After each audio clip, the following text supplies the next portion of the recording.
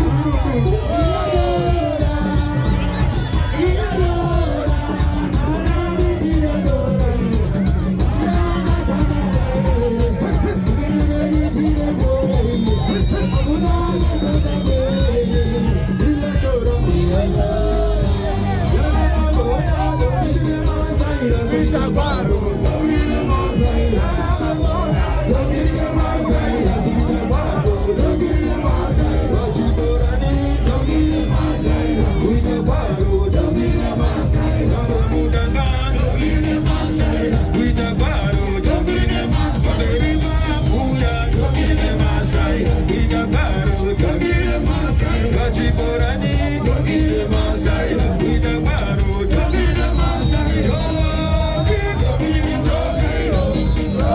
togirine masai togirine masai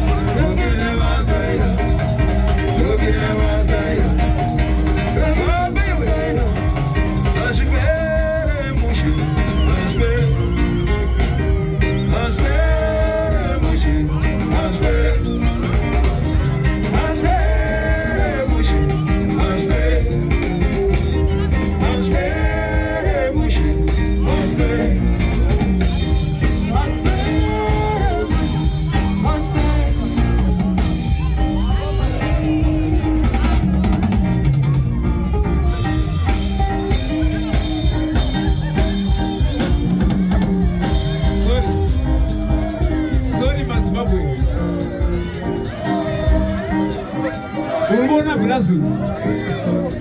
Abajifungo na ndoye manje ndawe. Yeah, at least wauya. But it sounds like go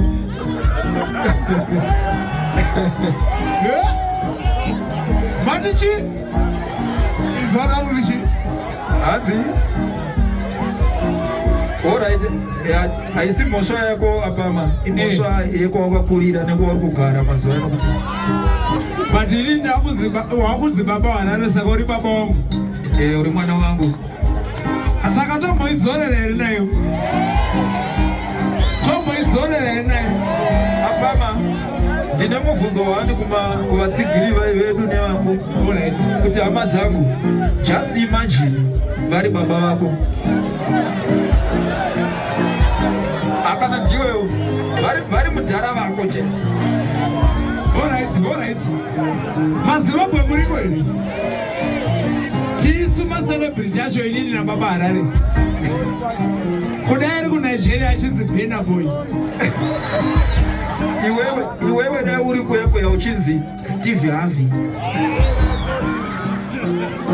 Kano na lose Arakeli kana Wizi so. Kuna Wizi akadaro. Ndikatachirwa fuck you Burna Boy yo.